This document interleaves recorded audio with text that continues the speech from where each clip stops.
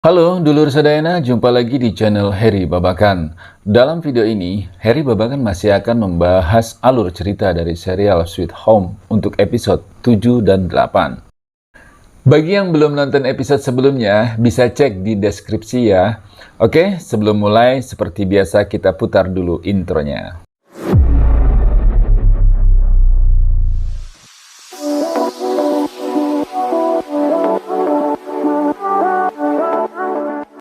Eun-yuk, San-wook, Jisoo, dan Jae-hoon berhasil menyelamatkan Yoon-soo yang terjebak di dalam jaring monster laba-laba. Namun tiba-tiba Jisoo merasakan kesakitan dan menjatuhkan senjatanya, membuat monster Speed yang tadinya sedang tidur kini terbangun dan mulai menyerang mereka. Dengan akalnya yang cerdik, Eun-yuk mengalihkan monster Speed itu dengan suara-suara alarm dari mobil-mobil yang ada di basement. Tidak lama datanglah Jae-hoon dengan menjemput mereka. Karena suara dan pencahayaan dari mobil membuat para monster malah berdatangan dan menyerang mereka.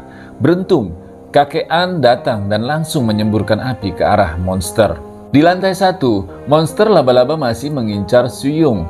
Dusi kewalahan melawan monster laba-laba itu sendirian. Para penghuni apartemen lainnya malah bersikap pengecut dengan bersembunyi dan mengunci pintu. Itu membuat Yuri dan Eun-yuk kesal. Jadi untuk apa simulasi yang selama ini mereka jalankan kalau pas dalam situasi seperti ini malah bersembunyi? Gertakan Eun-yuk membuat sebagian orang sadar dan ikut membantu menahan monster laba-laba itu. Tapi itu tidak berlangsung lama. Monster laba-laba itu berhasil lolos. Di waktu yang bersamaan, para tokoh utama kembali dari basement. Yoon-soo langsung menusuk dan menyetrum monster laba-laba itu dengan senjatanya. Akhirnya, Yoon-soo berhasil mengalahkan monster laba-laba itu. Saat bangkit, orang-orang menatap Yoon-soo dengan tatapan takut karena mata Yoon-soo yang menghitam sejak pertarungannya dengan monster laba-laba tadi. Yoon-soo hanya menunduk dan pergi dengan kaki yang pincang.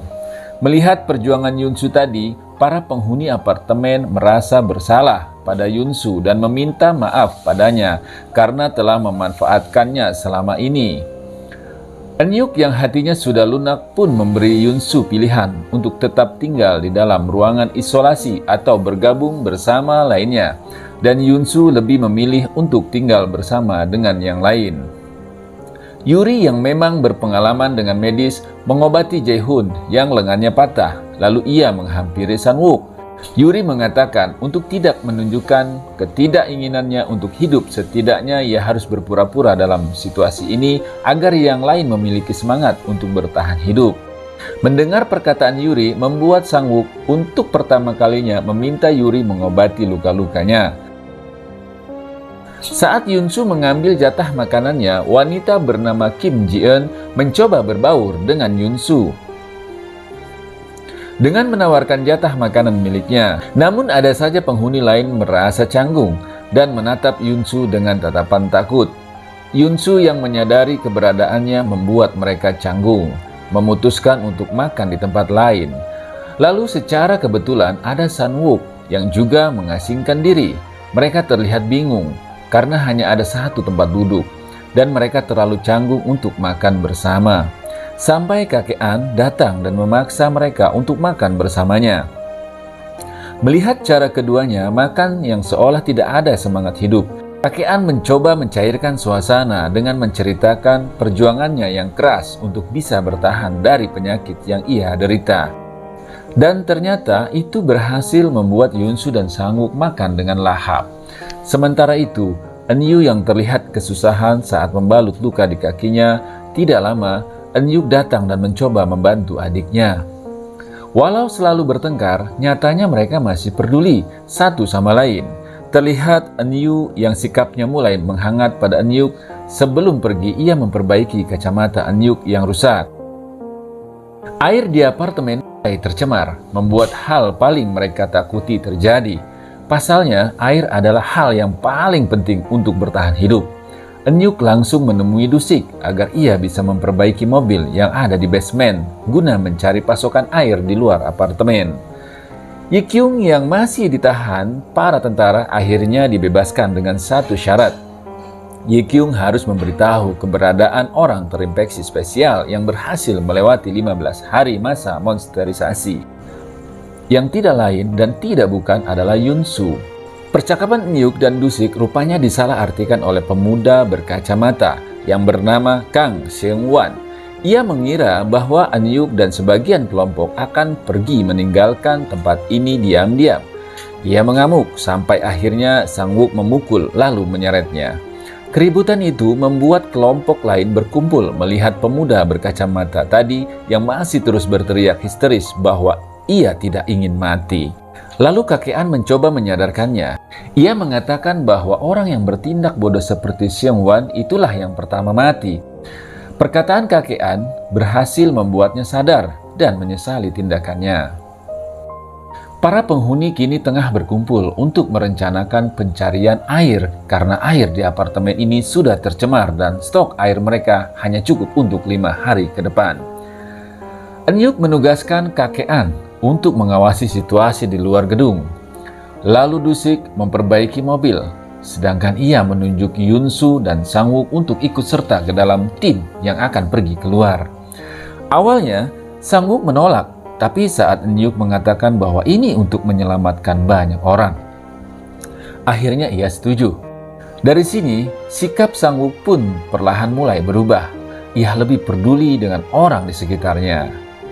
Saat berjalan sendirian di lorong, Yunsu mendengar suara gitar. Ternyata itu berasal dari suara gitar yang Jisoo temukan.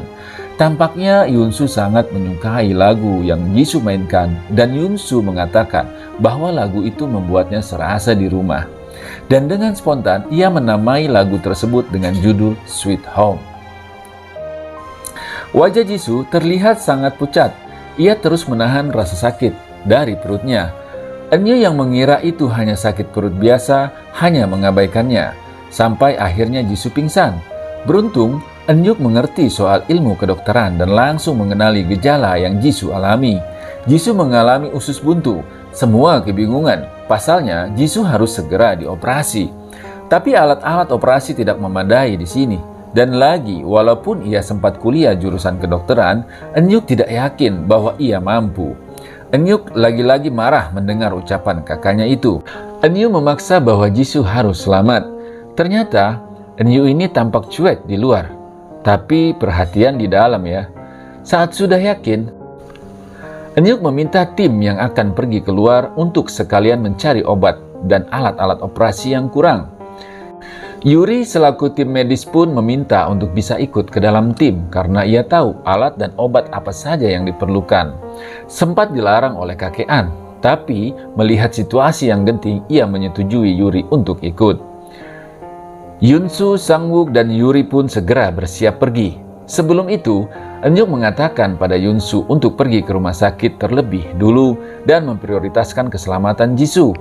Berbeda sekali dengan Eun-yuk di episode awal. Sekarang Eun-yuk lebih mementingkan nyawa orang lain ketimbang egonya untuk bertahan hidup.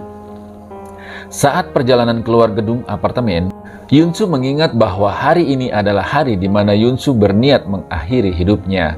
Lalu Shin menunjukkan kilas balik Yunsu saat ia masih bersekolah. Ternyata Yunsu ini adalah seorang pemuda yang sangat ramah dan ceria sampai pada waktu ada seorang siswa pindahan yang bernama Kim Do-hun.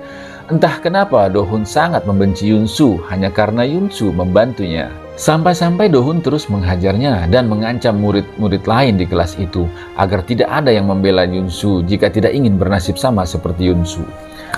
Ayah Do-hun ternyata adalah orang yang sangat terpandang. Jadi Yunsu tidak bisa melawan karena takut itu akan menghancurkan pekerjaan ayahnya yang kebetulan bekerja di perusahaan ayahnya Do-hun. Yunsu begitu peduli pada keluarganya, namun tidak sebaliknya. Tidak ada satupun dari keluarga Yunsu yang membelanya. Ayah dan ibunya hanya meminta Yunsu untuk memanfaatkan Do-hun agar masalah tidak merembet ke pekerjaan ayahnya. Sedangkan adik satu-satunya Yunsu pun juga tidak peduli, bahkan ia tidak menganggap Yunsu sebagai kakaknya agar ia tidak ikut dirundung seperti kakaknya. Setelah kedatangan ayah Yunsu ke sekolah, Do-hun berhenti merundung Yunsu dan malah merundung teman Yunsu. Temannya diiming-iming oleh Do-hun akan membayar operasi ibunya jika ia melompat ke jalan. Yunsu yang melihat itu tidak tinggal diam dan mendorong Do-hun ke jalan. Esoknya, temannya mendatangi Yunsu dan malah marah-marah pada Yunsu. Akibat kejadian semalam, ibunya meninggal. Ia mengira bahwa Do-hun benar-benar akan memberinya uang. Yunsu tidak mengerti, ia hanya ingin menjadi anak baik. Ia hanya ingin menolong sesama, tapi malah berakhir seperti ini. Dan dari sinilah kita mengetahui alasan mengapa Yunsu sangat ingin mengakhiri hidupnya, tapi sekarang Yunsu keluar dari gedung apartemen untuk bertahan hidup. Namun malangnya, saat baru saja keluar gedung, mobil mereka diserang monster babon yang sepertinya sudah mukbang ya di luar apartemen. Sampai-sampai badannya berubah jadi raksasa gitu. Karena memiliki sisi monster dalam dirinya, membuat Yunsu sadar lebih cepat dari yang lain.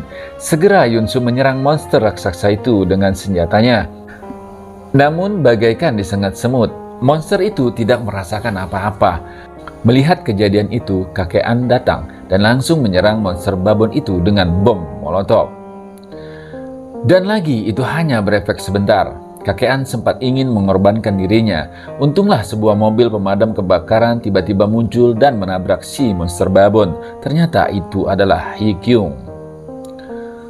Melihat tangki bensin yang bocor, Sang-wook yang sudah sadar pun langsung menyelamatkan Yuri yang masih terjebak di dalam mobil.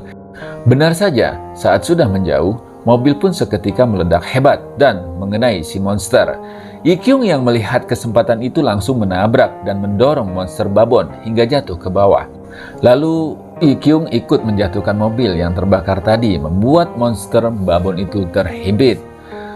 Eun-hyuk yang mendengar keributan dari luar gedung langsung mengetahui bahwa rencana mereka pasti gagal.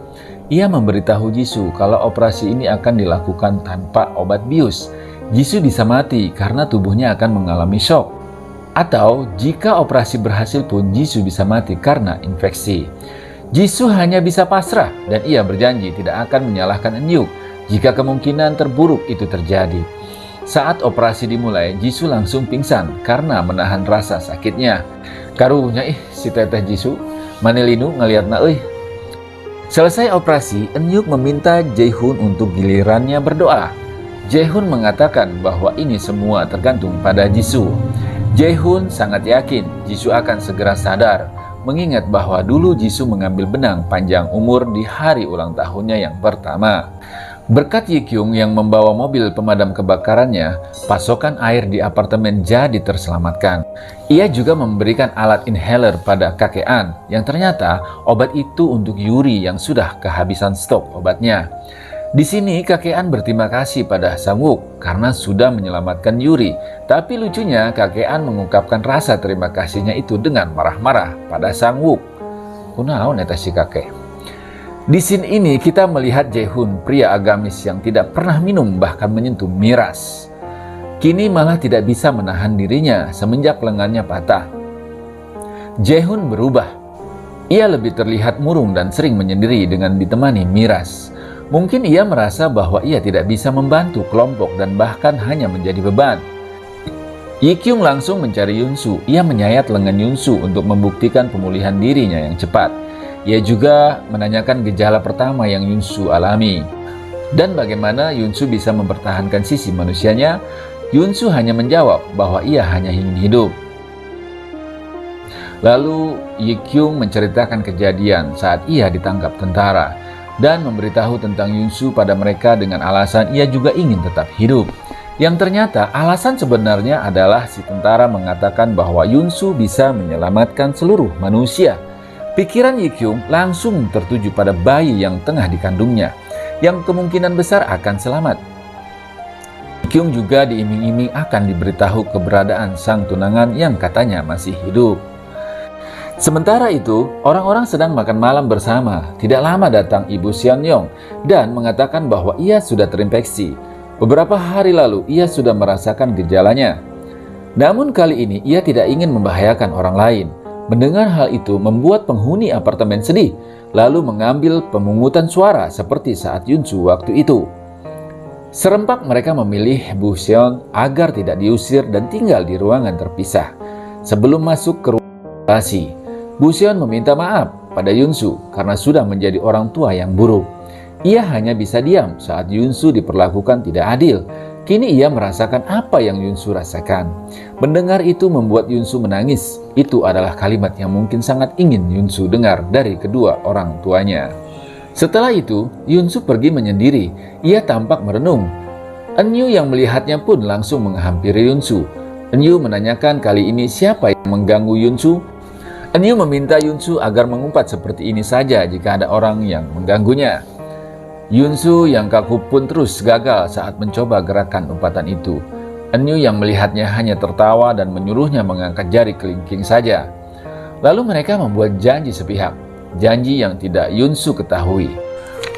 Sepertinya si Eunyu ini bukan hanya peduli sama Yunsu ya, tapi mulai melibatkan perasaan juga nih. Terbukti dari sikap saltinya saat dipergoki Eunyu dan membuat Yunsu untuk pertama kalinya tersenyum lagi. Dari semua kejadian yang Yunsu alami, membuatnya sadar dan memilih bangkit dari masa lalunya. Ia akan berjuang untuk bertahan hidup sekarang.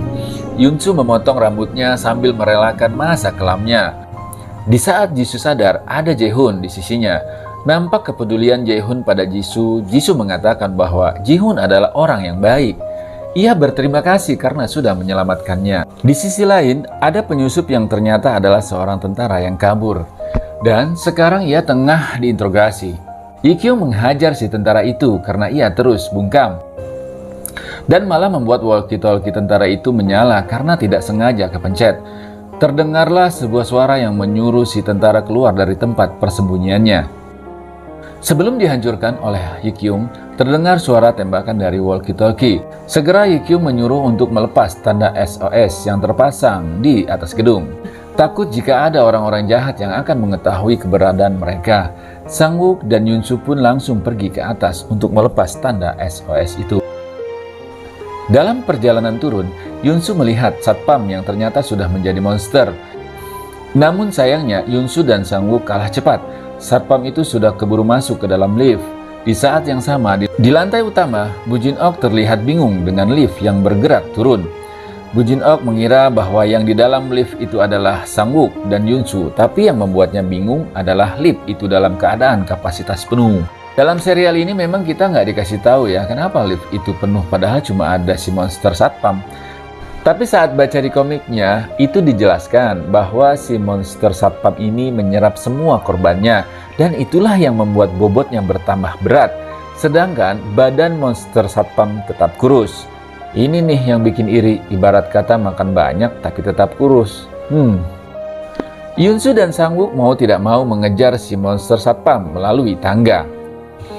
Karena jalur tangga banyak benang yang dihubungkan dengan lonceng, membuat siapa saja menerobos benang itu membuat lonceng berbunyi. Hal itu membuat perhatian para penghuni apartemen malah berfokus ke arah tangga bukan ke lift. Karena mereka pikir ada monster yang turun melalui tangga. Yunsu yang merasa tidak memiliki banyak waktu, ia memutuskan untuk terjun bebas agar bisa langsung sampai di lantai 1. Perbuatannya itu membuat kakinya cedera parah. Ia tidak bisa berjalan dan terpaksa menunggu tubuhnya beregenerasi. Di saat itu, monster satpam sudah sampai di lantai 1. Ia langsung menyerang Bu Jin-ok. Beruntung ada Jaehoon yang datang dan menyerang monster satpam. Mendengar keributan, para penghuni lain baru berdatangan. Namun mereka malah melihat hal yang mengenaskan. Di mana tangan Jaehoon sudah terpotong akibat mesin pemotong rumput yang dibawa satpam. Tidak menyerah dengan keadaan, Jaehoon terus melawan monster satpam dan membawanya ke dalam lift. Penghuni lain tertegun melihat perjuangan Jaehoon. Ia berusaha melumpuhkan monster satpam itu meski tubuhnya sudah terluka dan berlumuran darah. Sampai akhirnya ia berhasil menahan si monster satpam dan meminta agar dilemparkan bom molotov ke arahnya. Eunyu dengan perasaan sedih melemparkan bom molotov itu dan membuat monster satpam dan Jaehoon terbakar. Para penghuni apartemen yang melihatnya pun menangis, begitu juga dengan Yunsu. Mereka lagi-lagi kehilangan seorang pejuang yang dengan pengorbanannya telah menyelamatkan banyak orang.